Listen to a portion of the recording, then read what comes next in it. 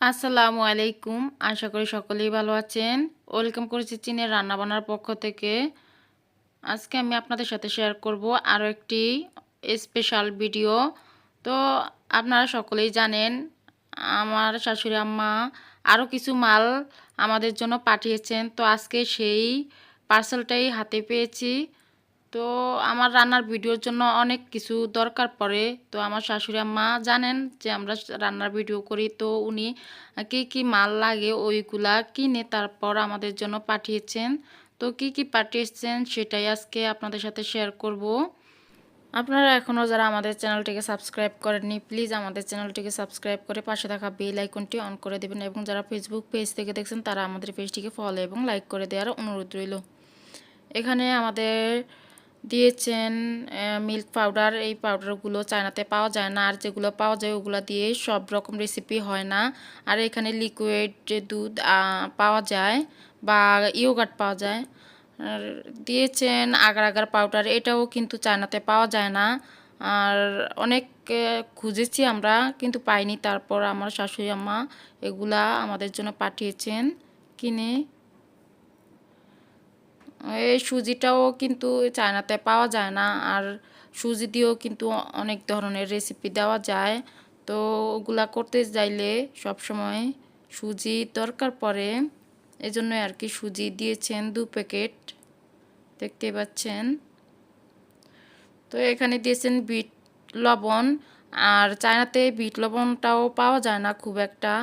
আমি অনেক খুঁজেছি অনলাইনে, তাও কিন্তু পাইনি, এই যার কারণে আম্মু দেশ থেকে দিয়েছেন। এখানেও ইস্ট দিয়েছেন, আর ইস্টও কিন্তু চায়নাতে পাওয়া যায় না, এই কারণে আর কি বাংলাদেশ থেকে এগুলা আনতে হয়েছিল। আর আমার শাশুড়ি আম্মা এগুলা কিনে পাঠিয়েছেন। উনি জানেন আসলে রান্না করতে কী কী লাগে। উনি খুবই মডার্ন এবং আধুনিক, খুবই ভালো মনের মানুষ।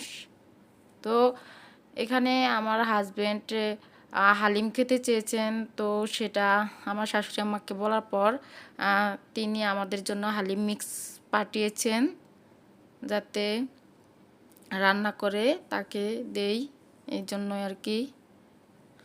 তো হালিম মিক্সের ভিডিও আমি আপনাদের সাথে শেয়ার করব কিভাবে আমি রান্না করব সেটা। তো এখানে দিয়েছেন সরিষার তেল। তো আমরা সরিষার তেলটাও দেশ থেকে আনি, আর এখানকার সরিষার তেলটাও অত ভালো না। আর এখানে কাসুন্দি দিয়েছেন। কাসুন্দিও কিন্তু চায়নাতে পাওয়া যায় না।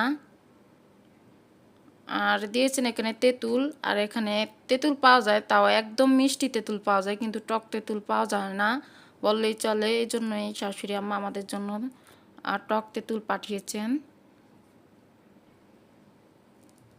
আর এখানে দিয়েছেন চাট মশলা। আর চায়নাতে বেশি বাংলাদেশি মশলা নাই বললেই চলে, ওরা ওদের মতন মশলা দিয়ে রান্না করে, আর ওইসব মশলা আমরা খেতেও পারি না, তাই আর কি দেশ থেকে আনতে হয় আমাদের। আর এখানে দিয়েছেন তাল মাখনা। আর তাল মাখনা দিয়েও বিভিন্ন ধরনের রেসিপি করা যায়। আর এখানে দিয়েছেন পোলাও চাল সবশেষে, দেখতে পাচ্ছেন পোলাও চালও কিন্তু চায়নাতে পাওয়া যায় না। যারা এই চায়নাতে আসে তারা কিন্তু বাংলাদেশ থেকে পোলাও চালটা নিয়ে আসেন। আর এই চালটাও চায়নাতে তেমন একটা পাওয়া যায় না, পাওয়াই যায় না। তো শাশুড়ি আম্মা 2 প্যাকেট চাল দিয়েছেন আমাদের জন্য। তো আমাদের ভিডিওটি আশা করি সকলেরই খুবই ভালো লেগেছিল। যদি ভালো লাগে থাকে তাহলে লাইক কমেন্ট শেয়ার করতে ভুলবেন না, এবং প্লিজ আমাদের চ্যানেলটিকে সাবস্ক্রাইব করে দিবেন এবং বেশি বেশি শেয়ার করে দেওয়ার অনুরোধ রইল।